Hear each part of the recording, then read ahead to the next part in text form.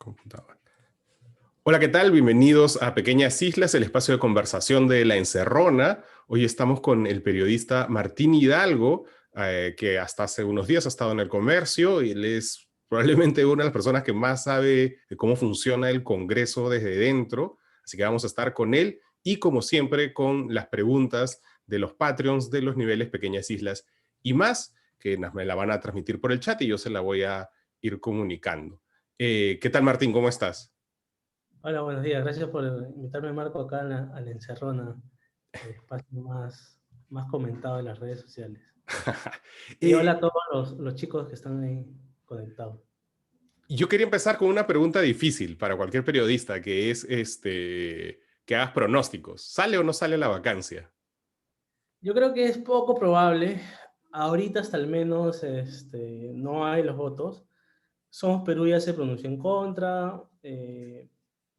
Partido Morado normalmente siempre su postura es en contra.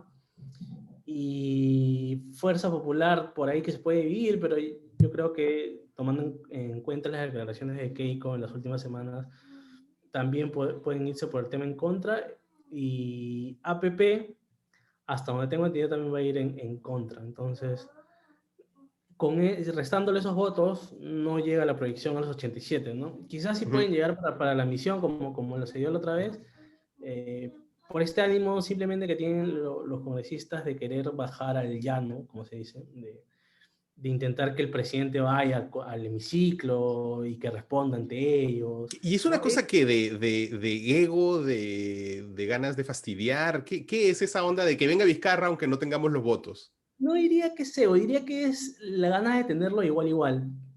Hubo una declaración hace unos meses en el Pleno del congresista Aarón Espinosa de Podemos que decía: a nosotros los ministros nos tratan como funcionarios de menor rango, porque cada vez que queremos hablar con ellos nos mandan a hablar con sus asesores. Y Ujú. nosotros no queremos hablar con los asesores, nosotros queremos hablar con los ministros, que nos hablen de cara a cara, igual igual. Una cosa así, ¿no? En el fondo esa era su queja, de que sentían que el Ejecutivo los trataba de menor rango, que no los tomaba en cuenta, además, para la toma de decisiones. Y por eso es que...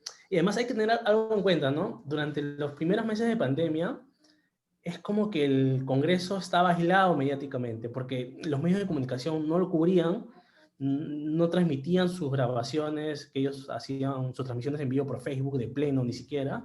Ajá. Entonces como que estaban aislados y ellos mismos se sentían aislados, y en esos primeros meses de la pandemia, desde marzo hasta por lo menos mayo, junio, han tratado de buscar ese espacio, ¿no? De decir, ¿cómo hacemos que la opinión pública y los medios de comunicación se centren en nosotros y nos den el espacio que normalmente dan al Congreso? Porque si tú recuerdas, antes de pandemia, Pasos Perdidos, los medios siempre tenían a reporteros en Pasos Perdidos para que a los congresistas les preguntan desde ¿va a votar por la vacancia? Hasta cuánto, qué ¿Qué es opina de que pasos se perdidos? mató. Perdona, pero claro, digamos que vamos así aterrizando también. ¿Qué es pasos perdidos? ¿Por qué es tan importante pasos perdidos? Pasos Perdidos es un hall del Congreso donde que confluye la puerta de entrada de los congresistas y la puerta de entrada del Pleno, y normalmente por ahí los congresistas salen y se van a la puerta de salida, y ahí en ese tránsito los periodistas se ubican para poder hacerles preguntas a los congresistas. Y lo que le decía era que siempre en el Congreso los periodistas van, se ubican en este hall de los Pasos Perdidos que se llama, y a los congresistas le preguntan, pues, desde qué opina de la vacancia, qué opina el ministro, qué opina de la gestión, hasta por qué cree que subió el kilo del arroz, o hacerlos bailar, o cualquier cosa. Entonces, ellos sienten que en los anteriores congresos ha habido siempre el centro de atención, el hemiciclo, lo que pasa en el Congreso, y ahora no había eso. Entonces, ellos han buscado su espacio y lo han hecho quizás, pues, de la manera más populista posible, que es Ujú. vamos a darle plata a la gente para que, o vamos a ponerle plata en los bolsillos, vamos a aprobar medidas que generen la atención de la población y por ende de los medios, ¿no? Y Ujú. así fue. La primera ley que aprobaron que generó polémica fue la de retiro del 25% de las AFP. Claro, ahí empezó todo, ¿no? Han pasado varios meses, ¿cuánto? Junio, julio, agosto, septiembre, octubre, han pasado 4 meses y estamos volviendo a hablar del mismo tema, de retiro, ahora quieren el 100%, otros quieren 4 BT, pero nuevamente ellos han encontrado en esa vía la única mediante la cual la prensa y la opinión pública les presta atención, ¿no? Yo Entonces, perdona, sí. ese juego creo que es muy importante, ¿no? Ujú. Entender eso, entender que los congresistas de pronto se han visto aislados y ese aislamiento, no digo que sea una justificación, pero ese aislamiento los ha llevado a buscar maneras, digamos, no técnicamente viables para captar la mirada, ¿no? Digamos, no había razón para no cubrir congresos, si bien había una pandemia y había un presidente que hablaba casi a diario por ese entonces, digamos, sí había que estar siempre pendiente al Congreso. De hecho, nosotros cuando estaba en el Congreso lo seguíamos, ¿no? Pero también no es que nos prestaba mucha atención porque la gente estaba preocupada en la pandemia, toda Ajá, nuestra visión, por ejemplo, de los medios estaba centrada también en la pandemia, ¿no? claro. Y justo cuando estábamos conversando antes de empezar la entrevista, yo te decía que un poco la idea de esta entrevista es tratar de sumergirnos en la cabeza de los congresistas, ¿no? Tratar de entender por qué hacen lo que hacen. Y creo que esto que acabas de decir es fundamental. Pero me gustaría preguntar si debajo de los congresistas hay algo más, es decir, ¿hay partidos tal cual como los entiende uno? Yo tengo la sensación que, por ejemplo, APP de Acuña me parece que tiene un manejo más sólido de su bancada. No sé si Somos Perú, ¿no? Por ejemplo, cuando dice Somos Perú, no va a apoyar la vacancia, yo digo, pero ¿quién maneja Somos Perú? ¿De quién es Somos Perú, no? ¿Qué pasa allí? ¿Cómo funciona No, esto? Perú es un caso extraño porque hasta hace un mes era junto a APP las dos bancadas que no se habían fraccionado el voto, o sea, siempre habían votado en bloque, en bloque, en bloque, en bloque. Ujú. Renunció Renan Espinosa por este caso, Guillermo Aliaga, vinculado a los cuellos blancos, y él pidió que le den licencia, que salga de licencia. No le aceptaron su pedido, Renan Espinosa renunció y la bancada se fue en debacle. Renunció además César González Tonama, que Ujú. era el presidente de la Comisión de Ética. Se quedaron con 9 y de ahí que la postura de la bancada ha sido errática. Están tratando de tomar un nuevo rumbo de decisión en bloque, eh, un poco empujados por Salaverry. Eh, Salaverry, sí, Daniel Salaverry. porque él es el candidato presidencial de Somos Perú. Ajá, Entonces, hay un factor que hay que analizar ahora en campaña, ¿no? Las bancadas pueden terminar siendo un punto significativo que te da la campaña, ¿no? Por las acciones que toman, ¿no? O sea, cualquier acción de campaña ahorita cualquier decisión polémica le puede terminar restando puntos al candidato presidencial. claro. Entonces, lo que ha tratado de hacer Salaverry está tratando de poner orden en la bancada para que no, no le sumen puntos en contra. De hecho, parte de esa decisión implica que hoy se ha anunciado que los candidatos a vicepresidentes en su plancha son dos congresistas de Somos Perú. Ajá, La primera va a ser Matilde Fernández, que es de Cusco, que es una de de los tres congresistas que en marzo se denunció que habían utilizado un vuelo humanitario para regresar a su claro. región. Y el segundo es Jorge Pérez Flores, que es un congresista de Lambayeque, que es un congresista que es médico de profesión, claro, están tratando de usar el tema sanitario para decir que estamos llevando en temas de salud, Ujú. pero que es un congresista que hay que prestarle mucho ojo por el tema de las reformas. Han salido reportajes en Frecuencia Latina, salió un reportaje que uno de sus asesores en redes le declaraba la muerte a la SUNED, una cosa así. Eh, pero de ahí, entonces, está un poco tratando de incluirlos en su plancha y a la vez tratar con eso de tenerlos de su lado y que le hagan caso. Y eso un poco se demostró en el tema de esta reincorporación eh, de docentes cesados, Sí. interinos, que al final Guillermo Aliaga de Somos Perú es uno de los que trató, que fue uno de los que pidió con más énfasis de que se vote la reconsideración. Sí, y él también es uno de los que ha estado allí anunciando que no van a votar por la vacancia, ¿no? Este señor de pronto ha dado un viraje en su actitud, porque él era el que defendía las combis, ¿no? Todas las cosas más populistas y de pronto se Sí, ha... es un poco están tratando de reconducir el mensaje para no evitar ser una carga o una traba o un punto de crítica hacia la campaña de Salaverry.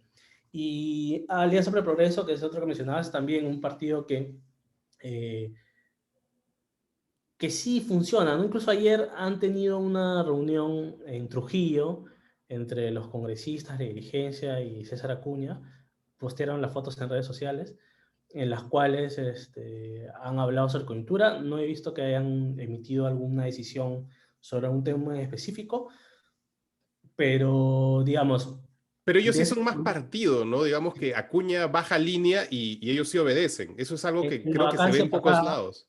sí, en la vacancia pasada se vio, ¿no? Ellos votaron a favor de la misión y después salió un tuit de Acuña diciendo de que no iban a apoyar la vacancia y que llamaba a la bancada a reconducirse, y así sucedió.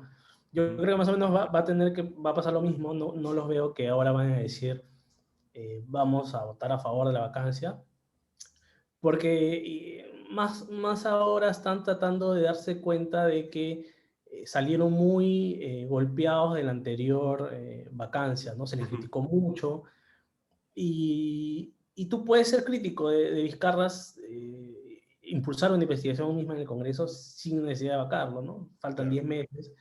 Y de hecho, Acción Popular también, que se trata de las bancadas con mayor peso numérico, ha ido por ese camino, ¿no? Burga, el vocero alterno, Ricardo Burga, ha dicho de que van a tratar de impulsar la investigación en esta comisión que investiga los temas de Claro, construcción. pero Acción Popular, y por eso yo siempre fastidio con eso del peor partido, Acción Popular, claro, eso sí ya no es o sea, ahí no hay nadie que mande, no hay casi ni hay bloques, ¿no? Que hay bloques de Hay tres liderazgo. personas. ¿Cómo funciona Hay, Acción hay- Popular? hay bloques, hay como tres bloques marcados, que son yo le llamo los conservadores, que son Ujú. los ligados a Víctor Andrés García de la Unde, a Descanseco, a Barnechea, que si bien tienen unas diferencias mínimas, conforman un bloque conservador. Además, sus disputas son más de ego, de liderazgos internos. El bloque izquierdista, que es el bloque que maneja Lescano, Mesías Guevara, que también tienen pequeñas diferencias, pero conforman una misma línea. Y el bloque extremista, maximalista, que es un bloque menor, que son unos 5 congresistas por ahí, Esos son los de pero Merino, que, ¿verdad? no, esos son los de Arapa.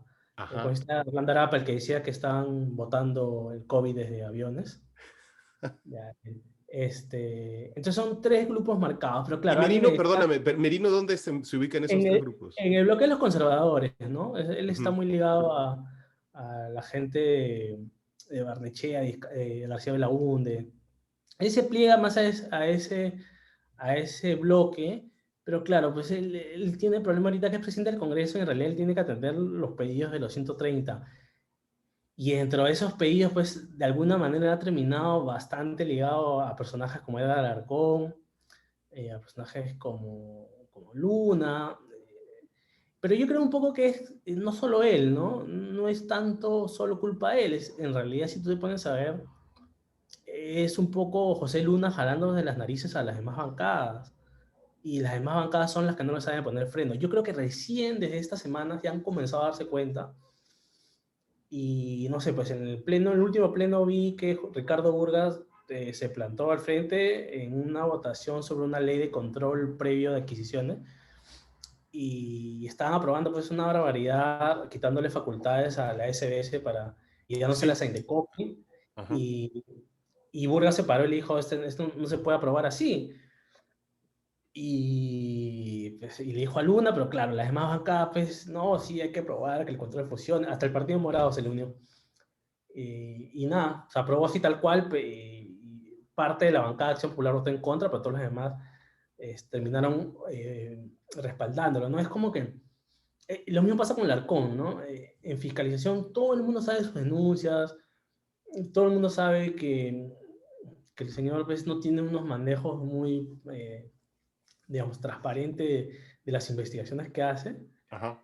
y pues, todos terminan apoyando. Los únicos que se trataron de poner fuertes, pero claro, no tienen el peso suficiente para poder lograr algo en contra de él, fue el Frente Amplio.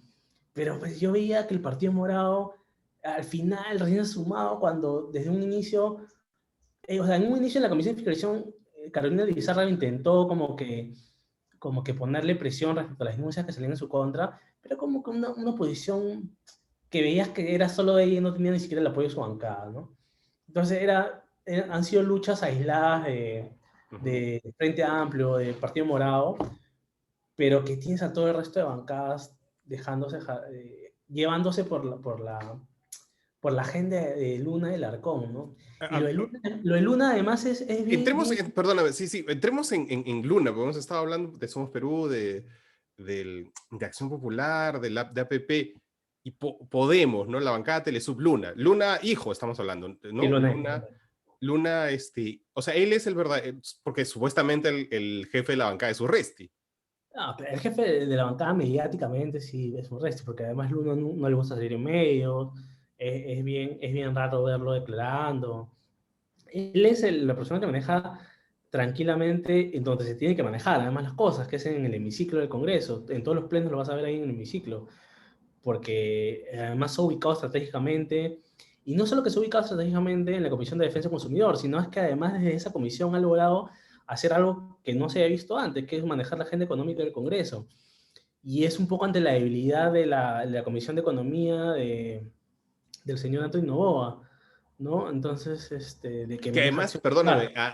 a este Noboa, en todos los medios de Exitosa, que están aliados claramente con Podemos, le dan, pero le dan de alma siempre, cada vez que pueden, a Noboa. Y yo digo, ¿y por qué es tan importante? Y ahora me lo explico, ahora con esto que me cuentas me lo explico. La congresista Cecilia García tiene un programa en Exitosa, pues. Ujú. No me acuerdo ahorita el nombre, pero tiene un programa ahí. Y claro, lo que buscan es debilitar la Comisión de Economía para que Codeco, que así se llama la Comisión de Defensa del Consumidor, tenga eh, mayor margen, mayor libertad a la hora de agendar. Hay cosas que son bien extrañas. El señor Luna presentando un proyecto sobre el retiro del 100% de la AFP, él la pide a su comisión, que es la Comisión de Defensa del Consumidor, él la dictamina y la pasa al pleno. Cuando es un tema que es netamente económico, cuando normalmente el tema de pensiones siempre lo ha visto economía. Y eso, perdona, y eso está en el reglamento del Congreso delimitado de alguna manera, o sea, legalmente o reglamentariamente o como Que sea, ¿esto está bien o está mal? reglamentariamente lo que te dice el texto es que la primera vicepresidencia es la que define por especialidad a dónde va un proyecto de ley. Ujú. Entonces, ahí ha habido un tema de desorden, mm, empujado mucho por la inexperiencia parlamentaria, en la cual en los primeros meses, como no se definía esto de los roles, el Consejo Directivo han terminado derivando proyectos de ley o aceptando pedidos de los presidentes de las comisiones para que deriven a sus comisiones, porque también es potestad del presidente de la comisión decir, yo quiero que este proyecto pase a mi comisión, pero también es potestad del Consejo Directivo decirle, no, eso no es tu competencia. En algunos casos, ya después cuando se han dado cuenta, le han negado a Luna, ¿no? Ujú. Pero hay varias cosas que le han pasado a su comisión que por especialidad y por antecedentes parlamentarios, como es el tema de las pensiones, no deberían haber pasado por su comisión, sino por economía. Por Eh, ejemplo, el tema de las pensiones, por ejemplo. claro. Hay un tema también de clínicas, que está en salud y está en Codeco, y Codeco cosas es la como comisión de Luna, la Comisión de pensar Defensa del consumidor, Consumidor. y se le conoce como Codeco. Entonces hay un poco de dejadez y un poco de falta de conocimiento de la práctica parlamentaria en la cual creo que Luna se ha aprovechar muy bien para imponer su agenda, hacer una Porque la, agenda la primera vicepresidencia del Congreso entiendo que es de APP, ¿verdad? de APP, sí, es de Y, APP. y ellos juegan en pared con Luna o lo que tú No, dices es no desconocimiento, en verdad. me parece. Yo creo que parte de desconocimiento que ha habido un desorden, porque además a veces no solamente es la vicepresidencia, sino también depende del consejo directivo derivar los proyectos de ley. Ujú. Entonces el consejo directivo tampoco, las veces que se ha sesionado, es que claro, si tú ves que un proyecto de ley lo pide uno y no lo pide nadie más, dices, ah, bueno, se lo doy a él, pues, ¿no? Para que avance. ¿Y cómo es que Luna tiene tanta experiencia parlamentaria si él es uno más de los congresistas novatos? Es que en realidad no es tan difícil, ¿no? Es sentarse a leer la mente, ver lo que puedes hacer. Y el problema es que uno tiene asesores del Congreso pasado, que son personas que conocen el manejo parlamentario. ¿Y que vienen de qué partido vienen ellos? Porque Podemos no No, estaba antes. tienen personas, al menos de los que sé que ahí que tienen, no son personas que han venido de un partido, ¿no? Son personas que trabajan Ujú. como congresistas. pero que conocen el tema, ¿no? El problema es que, claro, lo que suele pasar en el Congreso es que siempre termina jalando los congresistas de asesores a gente que los apoya en campaña o gente de su confianza, que no necesariamente son gente especializada en manejo parlamentario. Puede ser un muy buen economista, además puede ser muy buen abogado, pero la técnica parlamentaria requiere de un nivel de interpretación sobre, no solo sobre el texto del reglamento, sino sobre la práctica parlamentaria, porque hay muchas cosas eh, que se definen por práctica parlamentaria por encima de lo que dice a veces el reglamento. Entonces Claro, tienes que saber jugar con esos dos para hacer un timing perfecto en tu, en tu quehacer parlamentario. Además, el problema que tienen los congresistas es que tienen el efecto, yo le llamo el efecto lescanista, que es el efecto de querer estar de ser un toísta, ¿no? De querer estar en todo, de querer abarcar todos los temas. Yo creo que ese es el error principal que cometen los congresistas, ¿no? Tú lo que tienes que llegar a hacer y definir tu agenda. Yo quiero especializarme en este tema y contrato asesores para este tema y me enfoco en este tema y este es mi caballo de batalla para mi periodo, es un año, 5 años. Lo hizo muy bien, por ejemplo, Carolina Lizárraga. Ella contrató, no sé si, me imagino que seguirá teniendo, no lo vi, pero lo vi al principio del inicio del Congreso, que tenía de asesor uno a José Ñaupari, que es un abogado especialista en temas electorales, y tú veías los proyectos de materia electoral de Lizarra y eran proyectos bien armados, bien sustentados, con data, con antecedentes. Eran técnicamente prolijos esos proyectos de ley sobre temas electorales. Entonces, claro, y tú veías que ella había dicho, yo imagino que lo habrá pensado, es, quiero hacer temas electorales porque había un tema de necesidad de regulación electoral para estas elecciones que se venían. ujú. Entonces, contrato a una persona especialista en este tema. Entonces, ese es el camino yo creo que debe seguir un congresista, ¿no? Fijar un tema, yo quiero hacer transportes, yo quiero hacer elecciones, yo quiero hacer reformas políticas, yo quiero hacer economía, y en base a eso contratas un asesor especialista en el tema y sobre eso vas construyendo tu agenda. ¿Y tú crees Porque que si no, y tú dirías que Luna la vio entonces, al chapar la Codeco, la Comisión de Defensa del Consumidor, que es desde donde se han impulsado la mayoría de desastres? de hecho, Codeco, él la agarró mucho antes de que se instale el Congreso, en la ronda de negociaciones para la mesa directiva. Entonces él la vio, o sea, él tenía claro lo que quería hacer, tenía una agenda No, y... desde campaña además tú veías todos sus posts de Facebook que eran, vamos por el tema de pensiones, la liberación de las AFP. Lo que pasa es que, claro, le sumó y le cayó a pelo esta pandemia, ¿no? Porque Ajá, si no hubiera habido esta pandemia, la agenda principal del Congreso era TC, inmunidad y elecciones. Siempre en campaña esos eran los temas primordiales. Nadie hablaba en campaña de AFP, era el único que hablaba de claro. AFP. No hay que recordar que además este tema de las AFP viene de una campaña que tiene incluso su padre cuando fue congresista, también impulsar esos temas, sino que las bancadas en las que estuvo su padre, que era Solidaridad Nacional, no tenían no tienen ni el contexto, ni la bancada, ni los votos suficientes como para poder impulsar esos temas. Además, siempre terminaba ganándole Víctor Andrés García Belaúnde, que también impulsaba estos temas de las AFP, de las pensiones, y lograron algunos proyectos de ley, ¿no? Como la jubilación anticipada del 95%, una cosa así, ahorita no recuerdo bien, pero que lograron aprobarlo en el Pleno. Y, Entonces, y él desde la campaña venía con esta ujú, agenda. En la ronda de negociaciones para la conformación de la mesa directiva, logran sacar al Partido Morado de la fórmula, porque me acuerdo que la primera fórmula que se tanteó para la mesa directiva era Acción Popular, APP, Somos Perú y Partido Morado. Y de ujú. pronto Podemos se metió entre los palos y lo primero que negoció fue, ya yo tengo, dame la última lugar en la mesa directiva, pero me das a mí Defensa Nacional, que la quería Urresti, y me das Defensa del Consumidor. Y pues en ese momento los congresistas pues No pensaban en eso. no tenían pensado en Defensa del Consumidor en una comisión, además porque en los antecedentes parlamentarios de Defensa del Consumidor siempre ha sido una comisión que no ha tenido mayor trascendencia, ¿no? O sea, Pero además, tú dirías que hay un problema con esto de que los congresistas ahora no se puedan reelegir, el hecho de que sean todos, o la gran mayoría, la abrumadora mayoría, novatos? ¿Eso es un problema para el Congreso? Sí, yo creo que estamos acá pagando los platos rotos de haber apoyado la no reelección, ¿no? O sea, de haber apoyado, bueno, yo no la apoyé, pero de haber asumido que la no reelección era una cura para la enfermedad.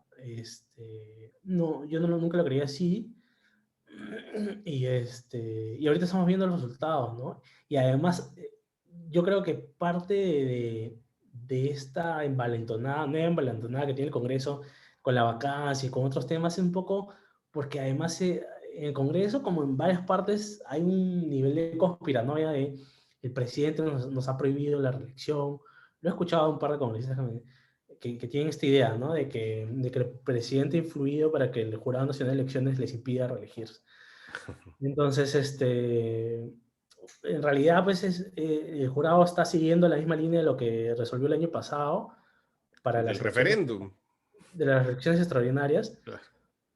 Y entonces, pero sí creo que está mal, ¿no? No deberían eh, impedirse la reelección porque la carrera parlamentaria es buena, te permite tener congresistas que conozcan sobre el tema, te permite además formar a gente con los asesores que los acompañan, que se informen sobre ese tema. Me acuerdo que José Chevasco tenía un proyecto muy interesante ¿Quién es que lo José Chevasco? planteó. Perdona, lo que pasa es que mucha ah, gente... Es un José personaje Chevasco muy importante en el Congreso en general, o ha sido. es oficial mayor en varias ocasiones. ¿Y qué hace un oficial mayor? Porque el oficial mayor suele ser bien importante. Y el oficial mayor es como que el principal asesor del presidente del Congreso. Es la persona que si ustedes alguna vez ven un pleno, el presidente del Congreso está ahí y se le acerca una persona a hablar en el oído, es el oficial mayor, que es en teoría la persona que más sabe sobre el manejo de las técnicas parlamentarias y sobre el cual además dirime sobre polémicas que hay en el Congreso respecto a temas que no están claros. Entonces, José Chevaco es una persona que ha trabajado desde que teníamos un sistema bicameral y ha sido oficial mayor en bastantes épocas. La última fue en la época de Fuerza Popular, con Ujú. Galarreta, si mal no recuerdo. Y él en esa época tuvo un proyecto que a mí me parecía muy interesante, que lo planteó, pero al final, como las buenas propuestas siempre quedan en nada, que era crear una especie de academia parlamentaria donde se pueda orientar a los nuevos congresistas sobre el tema del manejo parlamentario. Es una especie de escuelita como la que tenía la Mariate, me acabo de acordar, para los nuevos parlamentarios. Y Se que intentó además, así, se intentó, me acuerdo, había una ONG que además le cayeron con palo porque justo había, creo que estaba Roque, era parte de los directivos de la ONG, pero en pero verdad era una muy plural.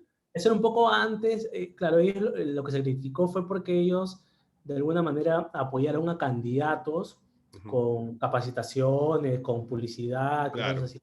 No, pero esta era una academia en el Congreso, ya una vez seas elegido, ajá. te puedan como que orientar, ¿no? Y también para gente de fuera, ¿no? Que quizás después quiera ser candidato, Ujú. pueda seguir cursos y además por excongresistas, eh, que, digamos, son los que, digamos, en teoría un poco más saben, los más experimentados, ¿no? Pero bueno, quedó en nada. Bueno, la Entonces, cosa aquí es que digamos que la práctica parlamentaria es algo que se aprende con bastante tiempo y en la si no cancha, tienes ¿no? gente como Luna que empieza a mangonear al resto sin que se enteren, básicamente es lo que me estás diciendo. Sí, o sea, en la cancha tienes que enterar en la cancha. O sea, yo me imagino que ahorita alguien que no hubiera permitido, aunque yo sé que mucha gente le tiene a veces mucha cólera, yo alguien que creo que en AP no hubiera permitido que el uno lo jale así en las narices es Víctor Andrés García Belaúnde. Porque conocía sobre el tema, porque además ha sido el tema que él también ha venido impulsando hace tiempo. Yo creo que él hubiera sido un pare, ¿no? Para estas arremetidas que ha tenido Podemos, ¿no? Entonces, Porque él yo sí conocía creo, el tema. porque él conocía el tema, ¿no? Y porque sabe que estas cosas estaban mal. Y lo hubiera puesto. O sea, ahorita más o menos Burga ya se dio cuenta, y más o menos Burga se ha metido de Acción Popular a la pelea de no dejar que Luna les gane terreno a economía. Y Burga es del sector de García Belaúnde. Conservadores, Canseco, Ujú. Barnechea y la UNE. Entonces, se ha puesto a poner la pelea, pero claro, hay bancadas que también se ponen de costado, que no entienden, que no quieren ver el tema, porque también pues, hay muchos congresistas de regiones que les gustan estos temas populistas. Porque acá otra cosa que hay que tener en cuenta es, hay dos agendas electorales, ¿no? Que es la agenda electoral 2021, que son congresistas, ya sea como Somos Perú, integrando planchas, postulando al Parlamento andino o apoyando a sus partidos como dirigentes que son, como el caso de APP, que es Luis Valdés, el primer vicepresidente del Congreso y congresista de APP es dirigente del partido y es una de las personas de mayor confianza de César Acuña.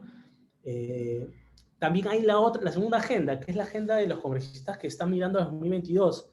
En el 2022 son las elecciones subnacionales a alcaldías, regiones, y muchos de ellos pues han visto, yo imagino que han entrado también pensando en eso, ¿no? Que esto era un año de exposición de sus figuras políticas para después poder postular a regiones, alcaldías, donde además es más llamativo, porque ahí manejas presupuesto, Y ahí más se tiempo, presenta además, se quedan 4 años, no, cuatro no sé. años y quizás de ahí después puedes regresar al Congreso, ¿no? Ujú. Entonces, hay dos agendas electorales y en medio de esas dos agendas electorales es que ves, por un lado, las agendas populistas, económicas, de reactivación económica, darle plata a la gente, que es para el 2021, y las agendas estas regionalistas que se explican en dos cosas. Uno, estos plenos temáticos que están habiendo, que va a haber uno nuevo en Abancay, Ujú. hubo uno en Trujillo hace unos meses, se intentó ir a Arequipa, pero el Ministerio de Defensa les negó el avión, no pudieron, pero ahora va a un programa en Abancay que pueden ir en carro,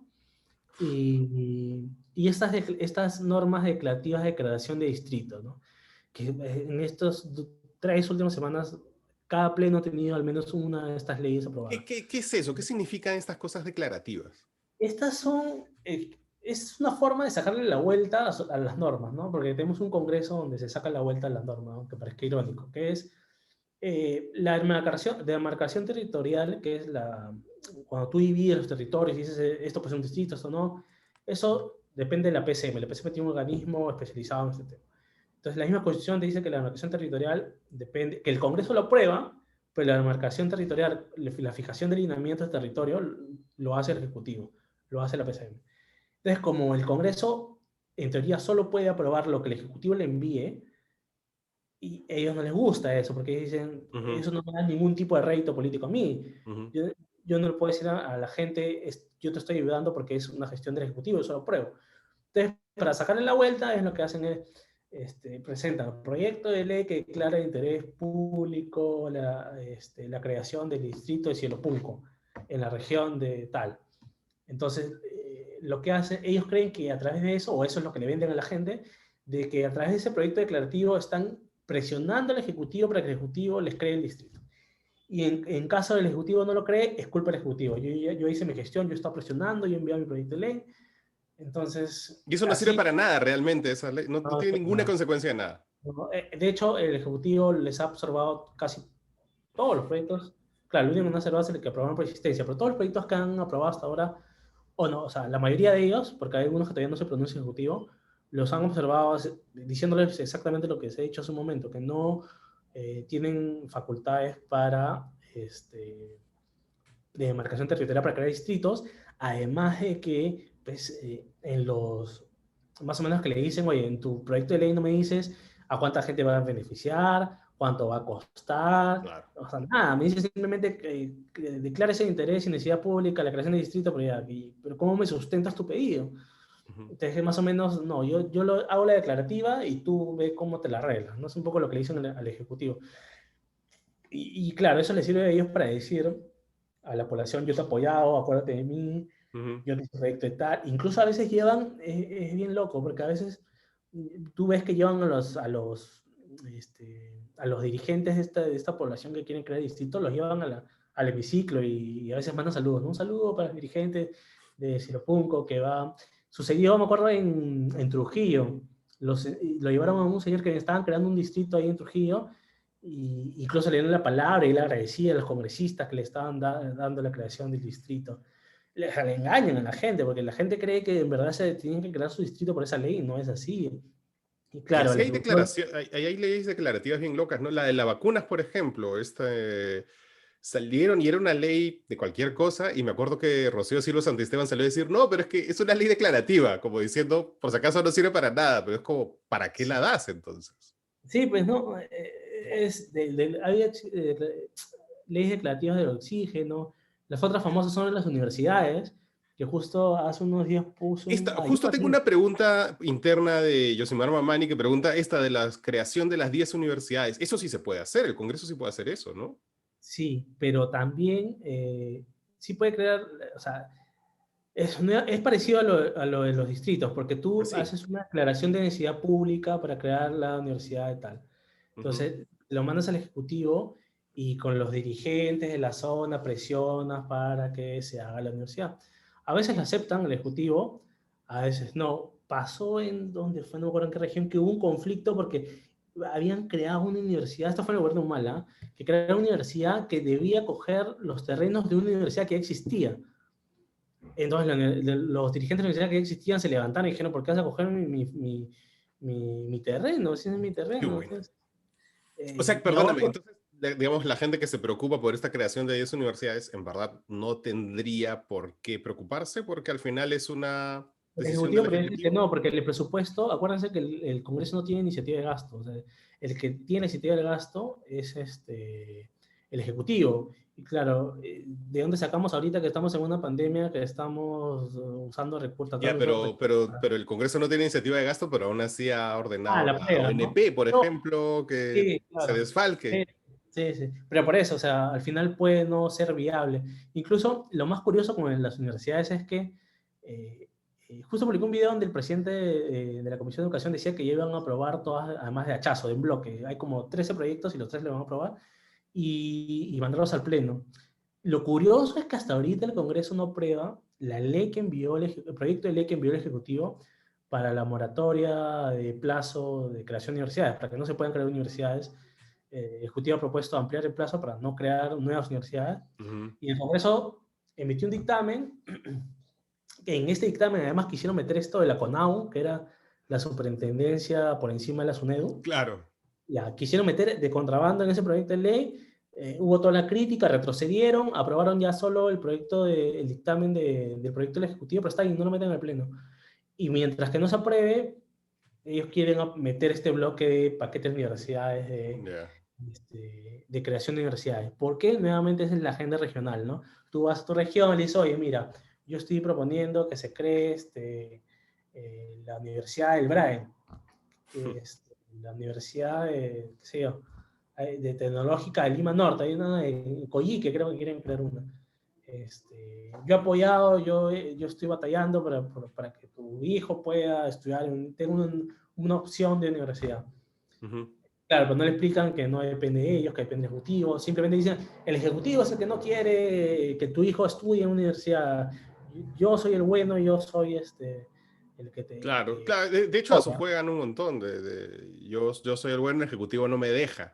Claro, el Ejecutivo es el que pone las Y no trabas. pasa que a veces plantean cosas que saben que no van a pasar justamente para tener ese discurso de por si acaso lo intenté, pero los malos del gobierno no me dejaron. Sí, sí, sí, claro, ¿no? Todas las leyes creativas es más o menos en ese sentido, ¿no? El Ejecutivo es el malo, yo soy el que impulsa las cosas para que funcione. Es como un poco también lo de las AFP, ¿no? El Ujú. Ejecutivo no quiere, al final, en la primero retiro el 25%, un poco el que Vizcarra se dio, al final no la quiso observar, ¿no? Esperó hasta el último día y no la observó, porque lo pusieron en esa disyuntiva, ¿no? El Ujú. Ejecutivo es el malo, yo soy el que te da plata en tu bolsillo. Tengo una pregunta, ya por si acaso ya los que están aquí en participantes pueden hacer preguntas por el chat, por favor. Y hay una pregunta de Franco Olchese que dice, ¿por qué algunas bancadas parecieran menos entusiastas por sacar el 100% de las AFP-ONP? ¿Han llegado a algún acuerdo con el MEF, con el Ejecutivo? Es que no es un tema de entusiasmo, es un tema de que se está buscando una medida responsable, porque claro, tú de alguna manera quieres tener plata ahorita en tu bolsillo, pero de acá a un futuro tu jubilación se pone en riesgo. Entonces, el MEF ha intentado de que el Congreso entienda estos temas económicos que a Ujú. veces los congresistas, pues, por este ánimo de decir, yo logré que te saques el 100% de tu AFP, Claro. no se ponen a pensar. Además, ustedes ven los proyectos eh, que se han presentado sobre este tema, la mayoría no tiene sustento técnico de cuánto va a costar, lo que significa de impacto para el PBI o cuestiones por el estilo. Entonces, hay dos propuestas. Hay una propuesta que es la de Luna, que es para retirar el 100% de las AFP, y hay otra propuesta de la Comisión de Economía, que es solo para que retires 4 UITs. Lo que pasó es que en el último pleno dijeron, Noboa le dijo a Luna, le dijo, ya, hay que sentarnos a consensuar un texto consensuado, presentemos, en vez de poner cada uno a votación su proyecto. Se sentaron a conversar, llegaron a decir que se mantenía lo de los 4 UIT, pero ¿qué pasó?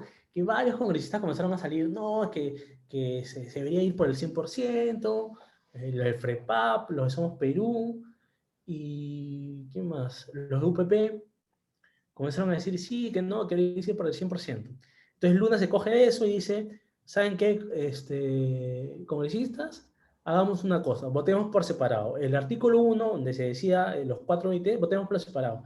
Y veamos acá quiénes quieren, y hizo un poco este juego de ellos son los malos, yo soy lo bueno. Veamos acá quiénes quieren devolverle el 100% a las personas, a la población, y quiénes quieren devolverle solo 4 ITs. Entonces, claro, los pones a los congresistas entre los buenos y los malos, y a los congresistas eso les asusta, porque todos quieren quedar como los buenos.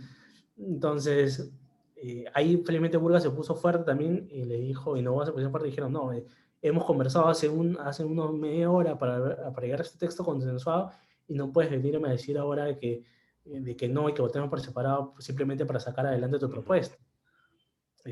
Porque claro, él quiere llevarse todos los créditos y decir yo fui el que impulsé mientras ellos no querían. O sea, lo que tú me estás diciendo es que acá hay muchas de las cosas que están pasando en el Congreso se explican por esta tensión entre la Comisión de Economía y la Comisión de En la agenda Codeco, económica, la de Luna. en agenda económica sí, ¿no? El OLDP es más o menos igual. Luna decía por el 100%, de ahí se ha llegado a aterrizar a una OIT. Pero aún así, pues el Ministerio de Economía les ha explicado que no es tan viable como ellos lo plantean. Además, porque hay un problema de comunicación del Congreso, ¿no? Porque tú le dices a la gente, oye, te vamos a volver una OIT. Y varias gente me ha dicho, oye, yo quiero sacar mi OIT. Y yo le pregunto, oye, ¿cuánto tienes en tu NP? ¿Has visto? Tengo, no sé, 1000 soles. Ya, pues entonces no vas a sacar un UIT, o sea, no es que te van a dar 4300 soles, es que puedes sacar hasta Hasta. un UIT. Entonces, dependiendo de tu fondo, pero hay mucha gente que cree que les van a dar una UIT. Y está mal, pero a los juristas tampoco les importa aclararlo o decirles, oye, Porque ya es problema del Ejecutivo, pues, ¿no? claro, ¿no? Es un poco así, en agenda económica yo pruebo ya que el ejecutivo vea o que el privado vea cómo se las arregla para darlo, ¿no? Entonces, Hemos estado hablando de varias bancadas y yo quiero pasar a la que es la mayor incógnita, ¿no? Que es el FREPAP. uy, Los del FREPAP no dan entrevistas, tienen una agenda que para mucha gente es difícil de descifrar, ¿no? Votaron por no, la pero, vacancia, pero yo, están en contra de Escazú, entonces mucha gente no entiende el FREPAP. Y como no dan declaraciones, tampoco se les puede confrontar mucho. Tú, ya, ahí tengo reparo, ¿ah? No es que no hay declaraciones, o sea, al menos yo todas las veces que lo he buscado, todas las veces me he declarado, ¿ah? Con la vocera yo así. cada vez que le escribía, Es que hay bueno, muchos periodistas que se quejan que lo del FREPAP no dan entrevistas. no sé, o sea, yo Ujú. al mes de distraerse con eso le pedí a la vocera una entrevista, me la dio, le sacamos en la web, me acuerdo, y de ahí todas las veces que he hecho notas sobre proyecciones de voceros, todas las veces que le he escrito, todas las veces me ha contestado. Así que no, yo no he tenido ningún problema, al menos de contacto con la vocera. Con la vocera, al menos, y con los Ajá. ¿Y juristas cómo en entiendes general. entonces el FREPAP? ¿Cómo lo entiendes? ¿Cómo explicas por dónde va? El problema es que un poco los de FREPAP sienten que uno no se les toma muy en serio. Además, a ellos les resulta, o sea, claro, yo le consultaba a la vocera por temas muy específicos de coyuntura. Y claro, en cambio, la mayoría de congresistas, o como siempre se ha manejado, es que tú le llamas a congresista por cualquier cosa, a cualquier hora, y le dices, congresista, quiero que hables sobre esto. Y a cambio, a ellos les gusta prepararse, ellos te preguntaban, ¿no? Ya, pero ¿qué temas vas a hablar específicos sobre esto? Habla, te pedían un poco que les digas sobre qué hablar para que ellos prepararse y hablar, que me parecía una medida sumamente responsable para no hablar por hablar. Entonces, ellos les ha costado un poco entender la dinámica en la que normalmente se mueve el Congreso mediáticamente. El figuretismo. Sí, el figuritismo, ¿no? Ellos hablan cuando tienen que hablar y de hecho si tú escuchas sus declaraciones, por ejemplo, yo que he seguido bastante la Comisión de Constitución, la representante que tenían ahí, que era la congresista María Ratamoso, que es la vocera alterna, y era una persona que se notaba que se había preparado, que sus propuestas eran sustentadas, no, se notaba una preparación, ¿no? Y que una diferencia abismal respecto a los congresistas que se iban por el tema de, pues, el populismo, de que te hablan por hablar. O sea, tú te das cuenta cuando un congresista te habla de manera populista, simplemente por quedar bien, cuando un congresista te habla de manera sustentada, aun cuando su postura quizás no sea la mayoritaria o la más recomendada. Después de eso el FREPAP es complicado, o sea, yo no me iría al límite de decir, como lo dijo Cateriano, de que no entienden el tema de Estado. Diría que simplemente lo entienden de una manera distinta. Son técnicamente responsables en lo que es el manejo parlamentario, son muy cuidadosos en las formas. ¿Tienen buenos asesores ellos? ¿Quiénes son sus asesores? Ahorita no me acuerdo los nombres, pero son personas que sí tienen buenos asesores, o sea, les arman bien su agenda temática, pero, o sea, no son cerrados en todos los temas, sino que tienen tienen un abanico de posturas de acuerdo al tema. Ellos arman sus posturas de acuerdo a los temas, ¿no? No es que nosotros somos esta línea y votamos así para todo. Ellos no funcionan así. Ellos analizan el tema y sobre el tema cogen una postura, pero sí es bien difícil llegar a ellos, ¿no? Yo he hablado con varios coordinadores parlamentarios que son las personas que, por ejemplo, un ministerio tiene un coordinador parlamentario que es la persona que le monitorea los temas de intereses de su sector. Y los coordinadores parlamentarios me comentaban pues, que era bien difícil hablar con ellos porque intentaban explicar las cosas y ellos le decían, pero habla con mi asesor. Y yo creo que ahí lo que han fallado es que ellos, al ser muy formales, ellos, si quieres hablar con ellos, y esto no es un tema de ego ni nada, es un tema de formalismo, que hablar con el líder del sector, que en este caso sería el ministro, ¿no? Acuérdate que incluso cuando los convocó, fue Vizcarra, no me acuerdo, claro, los convocó Vizcarra, los convocó Ceballos, si mal no recuerdo, y ellos no quisieron ir hasta que estuvieron los resultados proclamados. Era Ya, una claro, claro que postura sí. era una postura pues formal, que estaba bien, que era, Claro. oye, hasta que no esté proclamado yo no soy Y congresista. yo tenía este chisme de que estaba Jaime Delgado, el ex congresista Jaime Jaime Delgado, Vázquez famoso ahora defensor está. del consumidor, como casi como asesor principal de la bancada, y que parte Está como uno de del los... cierto expertise parlamentario que tienen se debe a él, pero no lo sé. Sí, pero el ojo que se ha sumado ya, ¿cuándo habrá sido? En mayo, junio, por ahí. O sea, no es Ujú, que estuvo desde el inicio, al menos no en planilla. ujú. Entonces, yo creo que tiene un buen equipo de asesores. Hay unas cuestiones que son difíciles de entender, pero yo creo que es básicamente porque ellos analizan los temas y ellos toman una postura, o sea, bien debatida hasta el último momento. No te puede parecer, hay cosas que a mí no me parecen Ajá. respecto a sus posturas, pero digamos, son válidas. No es que, yo lo que voy es que no hay que estigmatizarlos por una postura, ¿no? O sea, todo el mundo los estigmatizó por el tema de la votación de la vacancia. Les pareció que la vacancia era viable porque ellos son muy cerrados con el tema de la corrupción, o sea, ellos eh, son muy tajantes Pero con ¿por qué eso. votaron en contra de la admisión de la moción? Eso es como lo que sorprendió a muchos. No, no votaron en contra, creo que votaron en En abstención, abstención. Ujú, porque en ese momento no habían los elementos suficientes. Lo que pasa es que después de ahí comenzaron a salir más denuncias los fines de semana, ujú. y ahí fue donde dijeron, no, mira, sabes que esto va a escalar, y de hecho, más o menos han tenido la razón, ha seguido Ya. escalando. Ahora, a mí no me puede parecer la vacancia, el mecanismo suficiente, pero a ellos les parecía que sí. A lo que voy, nuevamente, no es que eso los convierten inmediatamente en los malos en la película y no van a caer responsables. O sea, si bien este es un tema más mediático, si yo pongo en la balanza todos los temas donde han sido sumamente responsables,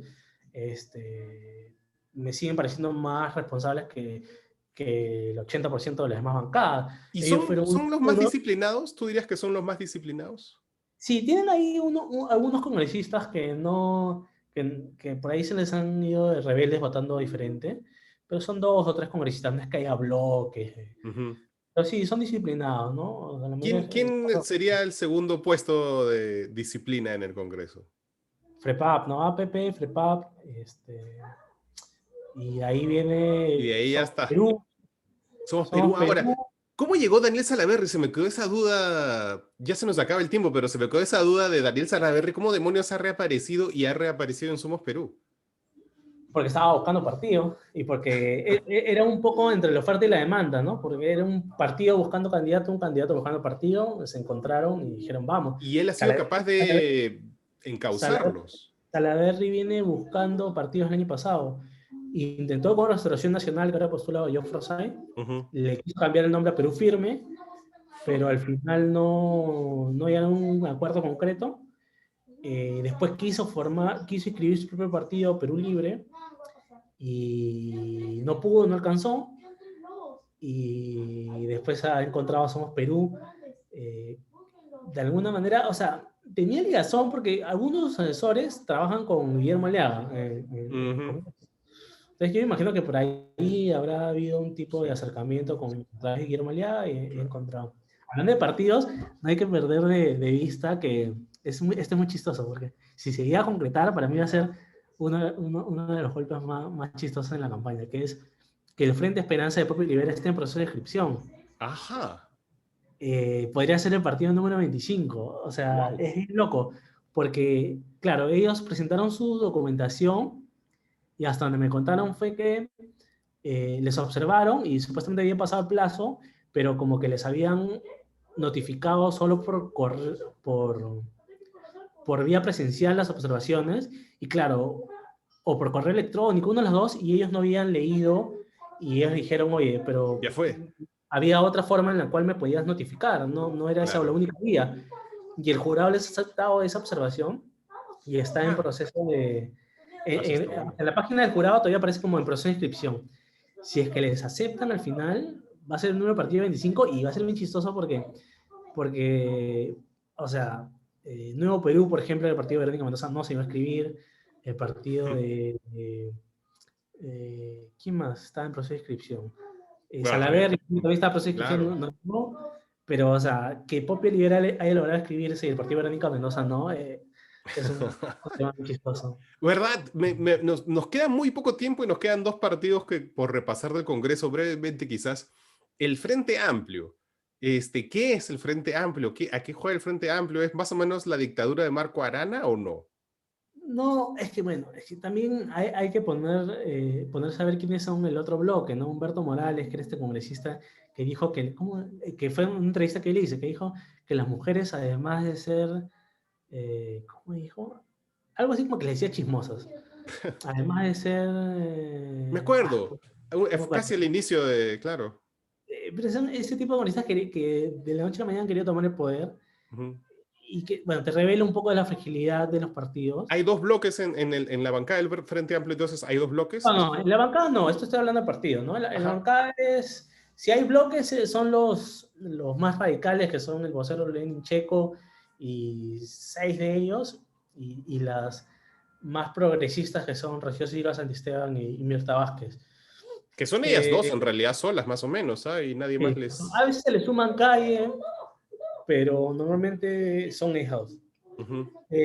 Lo que yo creo que no entienden ya como organización partidaria es que podrían ser el único partido de izquierda que logra presencia en 3 procesos consecutivos, en Ujú. 3 procesos electorales consecutivos. Y creo que no se dan cuenta de eso, están metidos en sus pugnas internas.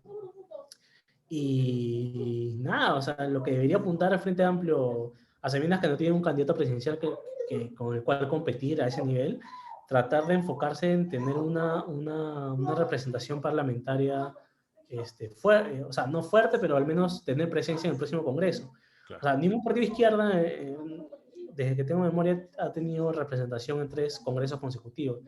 Y además un partido netamente de izquierda, no es que ha hecho alianzas con nadie, es Sí, sí, un partido sí. netamente de Nunca izquierda. se ha caviarizado, ¿no? Al contrario, más bien se ha ido más a la izquierda siempre. Sí, y entonces yo creo que deben apuntar a eso. Yo creo que a Marco Arana un poco se le ha ido el manejo con estos 6 congresistas que ganaron notoriedad, ganaron poder, y también las formas no han sido las adecuadas de suspenderles la militancia, qué sé yo. Ujú. Pero nada, o sea, deben un poco enfocarse en eso, ¿no? Para, El problema de Frente Amplio que ha perdido espacio en el Congreso porque tiene otras fuerzas más beligerantes como UPP, ¿no? Que tiene esas propuestas de cambio de constitución que ellos normalmente alzaban como bandera y que ahora se las han ganado, ¿no? Esos grupos antisistema que yo le llamo. y eso es lo que yo creo que está pasando, y suele pasar en general cuando aparece alguien radical, ya sea en un extremo o en el otro, ¿no? Que obliga a los que están un poquito más al centro a radicalizarse, que es lo que ha pasado, creo, con la aparición de UPP y el Frente Amplio. O sea, el Frente Amplio ahora propone su vacancia porque cree que el UPP le está robando espacio. Y porque, bueno, ellos también porque tenían una postura que ellos mantienen su postura de que no quieren firmar nada con Alarcón, pero se dieron cuenta de que reaccionaron muy tarde, de que no tenían mayor peso, que UPP y con Podemos ya habían avanzado y, y nada, y tuvieron que sumarse, ¿no? Pero ahí tienes a Mirta Vázquez y a Rocío Silva Santesteban que dijeron que no. Yo creo que hay una gran bancada antisistema que confluye a Podemos, UPP, Frente Amplio y a veces se suma FREPAP. Y creo que, claro, en el anterior congreso tú tenías una bancada pro sistema, una gran bancada pro sistema, y los únicos antisistemas eran Frente Amplio y Nuevo Perú, Ajá. en el periodo disuelto. Entonces, y ahora tienes lo contrario, ahora se invirtió un poco la balanza, ahora tienes una gran bancada antisistema y con algunos elementos de acción popular. APP tendría algunos elementos que quisieran sumarse, pero no pueden porque tiene una postura más orgánica, Ujú. y algunos de Somos Perú, ¿no? Entonces, hay una gran bancada antisistema que cala fuerte, que Merino no ha sabido conducir, que AP no ha podido ser la gran, digamos, El bancada fiel de la responsable. balanza. Claro, además que debería ser la gran bancada responsable porque siempre ha sido un partido de centro. Ahora se han revelado nuevas tendencias dentro del partido que han tomado poder dentro de la misma. APP que a veces trata de ponerse del lado responsable, pero le juega a veces mala pasada a algunos congresistas que tienen Ujú. que les gusta este discurso, ¿no? Se nos acaba el tiempo, pero en realidad me he dado cuenta que me faltaba además UPP, y además que es la noticia de la semana, ¿no? Antauro mangoneando la bancada de UPP. ¿Hasta qué punto eso se siente, la presencia de Antauro en la bancada de UPP? ¿Y hay bloques también? Sí, o sea, está el bloque de José Vega y y del Frente Patriótico, que es de Antauro, ¿no? De hecho, en un momento renunciaron, Ujú. anularon su renuncia menos 24 horas después, pero de ahí es un poco, claro, es Antauro, pero también con mansión de manejo de José Vega, ¿no? De hecho, este fuerte acercamiento entre Antauro y José Vega ha producido ciertos resquebrajamientos, y esto ha llevado a que Virgilio Acuña, que era uno de las personas que le pagaba además de sus tasas que tenía que pagar el Poder Judicial en Tauro, se ha Se separado fue. de él y ahora ha tomado este partido que era de Juan Sotomayor, el alcalde de Callao, que está en prisión preventiva por el caso Richport de Empresa Sí, Fantasma. he visto que Virgilio Acuña se ha ido a otro, con sus doteros, se Vamos, fue, Perú. se Sí, fue a otro, entonces, sí. y Y ahora entonces, ahora tú dices que es un solo, o sea, perdón, entonces UPP ahora es más un solo bloque, ¿sí? El bloque de José Vega, sí, ¿sí? Está sí, muy sí, consolidado. un poco. Sí, algunos han ido separando, o sea, este acercamiento a Antauro con José Vega, o sea, que existía, pero digamos, este mayor acercamiento de Antauro, escuchando más a Vega que a otras personas, ha llevado un poco a ciertos resquebrajamientos. Uno es el alejamiento de Virgilio Acuña, dos es la renuncia del congresista Gina Lima Mani, que ha renunciado a la bancada hace 2 semanas, Ujú. y su carta expresa totalmente su desacuerdo al manejo de José Vega. Y eso un poco también se muestra en las candidaturas que va a tener, ¿no? Porque Antauro no puede postular. Ujú. Entonces, está esta lista donde está Isaac Humala, con Freddy Serna, y se dice que la otra lista podría ser, la podría encabezar o Edgar Alarcón o el mismo Pepe Vega.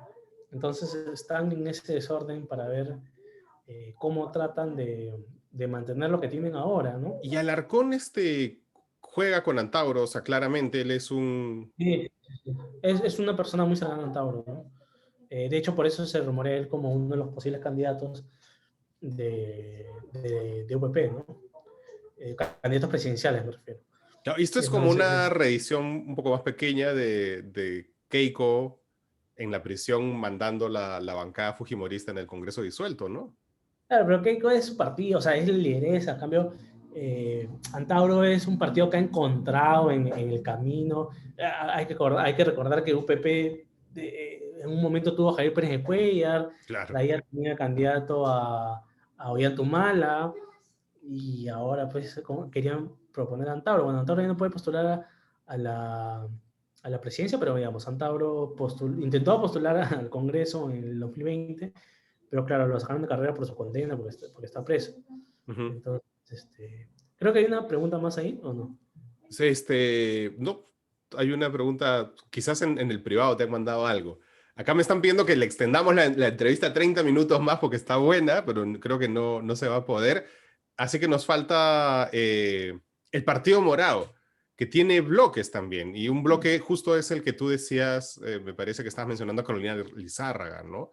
Que, que Sí, al menos desde fuera, así viéndolo, leyendo las noticias como yo superficialmente, eh, pareciera que está en una actitud más peleona, si quieres, más radical o menos oficialista que el bloque, curiosamente, de invitados, que son Alberto Belaúnde, Gino Costa, Aníbal Olivares, ¿no? sí, ¿Cómo sí, sí. funciona, cómo funciona el bloque y el bloque Ha parlamentario en bajado, relación al partido?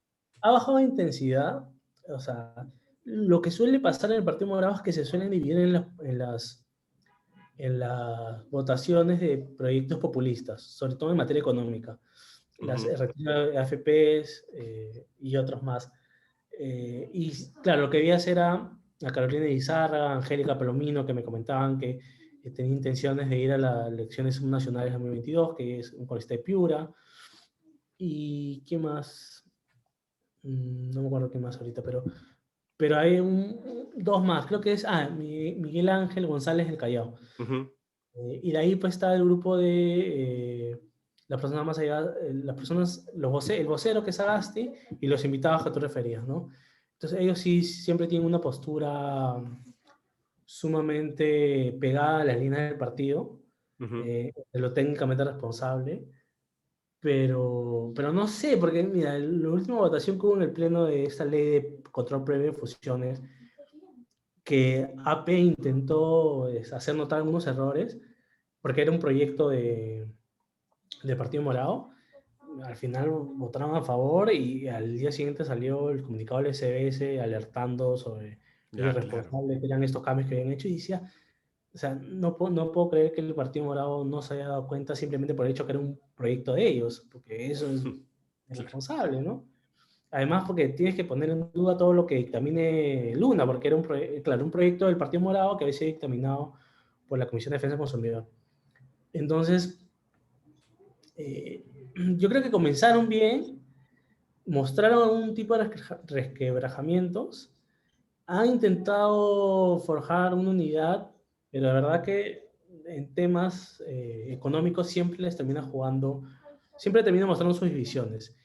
Y pues más allá de eso, no es un partido que tenga mayor trascendencia en el Congreso, ¿no? O Claro. sea, tienes individualidades como Alfredo de la UNE, como Daniel Olivares, que han sabido posicionar mediáticamente y escoger batallas, como o sea, Daniel Olivares escogió lo de los taxis colectivos, Alberto de la UNE siempre tiene discursos llamando la atención sobre... Bueno, es que eso es lo que tú decías, regresamos al inicio, ¿no? Alberto Belaúnde tiene experiencia parlamentaria, entonces Sí, sabe sabe, sabe, manejarse ahí, ¿no? sabe, y además sabe escoger sus temas de especialidad, sabe cuáles son sus temas de especialidad y sabe empujar por ellos, ¿no? Y sabe levantar la voz cuando hay temas que se van por temas irresponsables que hace el Congreso, ¿no? Pero claro, es una bancada militaria y a veces no tiene el apoyo de toda la bancada. Ujú. Entonces, eso ha hecho creo que un poco que el actuar de la bancada termine siendo un poco pasado desapercibido, Pasa ¿no? desapercibido. Oye, Entonces, y ahora están intentando usar un poco el Congreso como un punto a favor de su campaña. Uno, tienes a Guzmán siempre criticando a la mayoría comunitaria y tienes presentándoles proyectos, presentado hace poco un proyecto de ley ¿cómo? No me acuerdo de qué era, pero algo de tema anticorrupción. Entonces, no sé si eso le va a terminar sumando mucho a su campaña, ¿no? Porque es un proyecto de ley que puede ser un buen proyecto de ley, pero que al final, pues, si no tienes el peso suficiente para poder impulsarlo dentro del partido, se va a quedar como es, un proyecto de ley. claro. Eh, Solo una cosa, el próximo Congreso probablemente sea muy parecido a este, a nivel de fragmentación, ¿no? A nivel de un presidente que si tiene bancada, va a tener una bancada muy pequeña, ¿no? Y que probablemente eso haga que todos los demás se pongan en contra de. ¿Tú crees que eso es lo que va a suceder?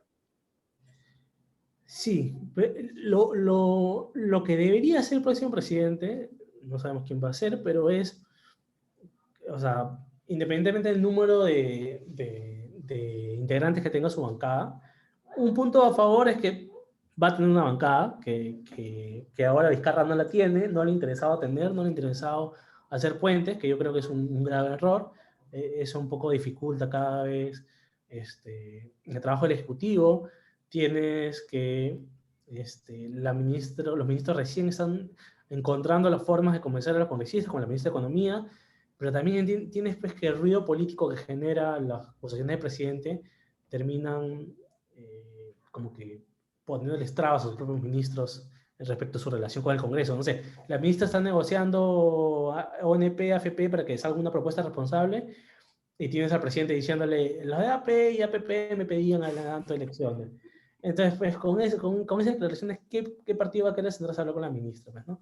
Entonces, lo importante es no solamente tener una bancada, que sí ya es un punto a favor para el próximo presidente, sino lograr tener puentes, operadores políticos, que entre tu bancada hayan los suficientes operadores como para poder sentar y convencer a a las demás fuerzas y conseguir lo que yo creo que es clave para la gobernabilidad de un presidente, es conseguir 44 votos. Si tú consigues tener un bloque de 44 votos a tu favor, no vas a tener nunca miedo de que, como has oído en parlamentos anteriores, nunca vas a tener miedo de que, o nunca vas a tener que afrontar estos procesos de vacancia, ¿no? Porque necesitas 87 Claro. votos para vacar un presidente. Tienes Es... 44, nadie te va a poder vacar. Ahora, nadie va a tener una bancada de 44, nadie. No tener 94, pero en los anteriores congresos es forjar alianzas, bloques, un bloque eh, que te asegure tener esos 44 O sea, votos, ¿no? lo más sensato sería que el Claro, próximo gobierno sea un gobierno de una alianza de dos partidos, básicamente, es lo que me dices, ¿no? más o menos, Para poder sí, tener sí, sí. para poder Pero tener los 44 votos. Humala, normalmente las alianzas siempre han sido los partidos que integran la mesa directiva, ¿no? Humala en su momento lo hizo con Solidaridad Nacional, con Perú Posible, en una alianza de tres partidos, Bueno, la más célebre es la de Toledo con Popi, ¿no? claro, y que les aseguraban, o sea, en los últimos 20 años, hasta el 2017, 2018, que fue la de PPK, nunca habíamos tenido un intento de vacancia. Y era porque en el Congreso se formaban estas alianzas que le llamaban oficialistas, porque eran oficialistas. Incluso Perú Posible lo que consiguió con eso era que les den puestos en el gabinete, ¿no? Ujú. Eh, y no necesariamente tienen que ser congresistas. En el caso de Toledo sí fueron congresistas. Daniel Mora, acuérdate que fue ministro de Defensa de Humala cuando era congresista de Perú Posible. Pero puede ser cuadros técnicos, claro. Ahora otro problema es que los partidos no tienen muchos cuadros técnicos que sean ministeriables, pero bueno, o sea, tienes que lograr de alguna manera hacer eso, ¿no? Ujú. Formar una alianza que te aseguren 44 votos para tener gobernabilidad. Si no, vamos a tener 5 años con una vacancia presidencial por año, quizás. Bueno, oye, nos hemos súper ultra pasado de tiempo, pero hay otra pregunta, la última pregunta de Franco Olchese, que es, ¿Cuáles Creo crees que hay una que, pregunta. eso sí, tenías razón, no la había visto. ¿Cuáles crees que son las coaliciones que se formarán para la elección de los miembros del Tribunal Constitucional? ¿Crees que, cómo va a funcionar esto del Congreso y la formación del Tribunal Constitucional? O sea, me queda claro que los candidatos que puedan poner, no sé, frente a las bancadas minoritarias no van a tener mucho respaldo. Que quizás sean además los candidatos más idóneos. Entonces creo que va a ser un poco la coalición de la mesa directiva, que es Podemos, Somos Perú, APP y AP. En ese bloque creo que pueden estar los candidatos. Algo que hay que tener claro es que no necesariamente van a entrar los más idóneos, porque claro, tienes un concurso en el cual el candidato A tiene 20 puntos y el candidato B, que es el segundo puesto, tiene 13 puntos. Y el candidato C tiene, no sé, 10 puntos. Los tres los llevas al voto al pleno, y si es que el candidato A, que sacó los 20 puntos, el candidato con el perfil profesional más adecuado, no logra los 87 votos, no se elige y pasan al segundo que tiene 13. Y Ya. ese 13 que tiene los 67 pasa. Y, el que tiene, y van al siguiente porque tienen que elegirse 6 miembros de los 7. El tercero tenía 10, pero también tiene 87 votos, pasa. Entonces, no necesariamente, hay un concurso de mérito, Ujú. sí, pero no necesariamente va a pasar el más idóneo. Ojalá pase los más idóneos, pero hay que ver, ¿no? No le Lo más tengo probable, mucha... pensando en todo lo que hemos hablado hoy día, que sean candidatos de este bloque antisistema que tú mencionas, ¿no? Sí, yo creo que va a ser de ese bloque van a salir los candidatos. Porque claro, van a tratar de hacerlos postular a sus candidatos. O sea, tiene que ser conversado, ¿no? Los candidatos tienen que conversar para conseguir los votos. No es que los votos te los van a regalar porque me caes bien o porque pienso que eres el mejor para este puesto.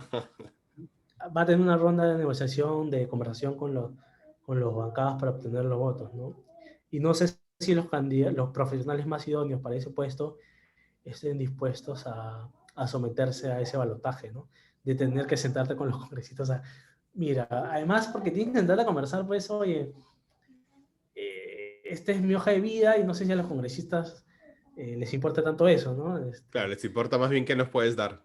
Es más, lo que necesita un candidato es tener una bancada que lo respalde y esa bancada haga el trabajo de, oye, este es mi candidato, ya sabes qué, yo voto tu candidato, tú votas mi candidato, y así formamos un TC. Además, porque el TC es muy importante, ¿no? El TC es el que le puede enmendar la plana del Congreso sobre leyes, es el único, porque ya estamos viendo que las observaciones que hace el Ejecutivo ante las normas que no les parece viables, el Congreso las aprueba por insistencia. Entonces, el único camino es el TC. Además, el TC también puede regular y tiene pendiente regular sobre este tema de la demanda competencial sobre la vacancia. Entonces, el TC es el único que le puede enmendar la plana al Congreso. Entonces, es sumamente importante para el Congreso dejar un TC viable para que no les esté enmendando la plana cada mes. Claro. Guau, bueno, oye, nos hemos ultrapasado el tiempo, pero la conversación ha estado muy interesante, Martín. Muchas gracias. Muchas gracias a todos los Patreons que han estado aquí, a los que han hecho preguntas y también a todos los que nos han visto en diferido en el Facebook y en el YouTube de La Encerrona. Esto fue Pequeñas Islas con Martín Hidalgo y yo, Marcos Cifuentes, me despido hasta dentro de un par de semanas. Chau, chau. Ya, chao, chao.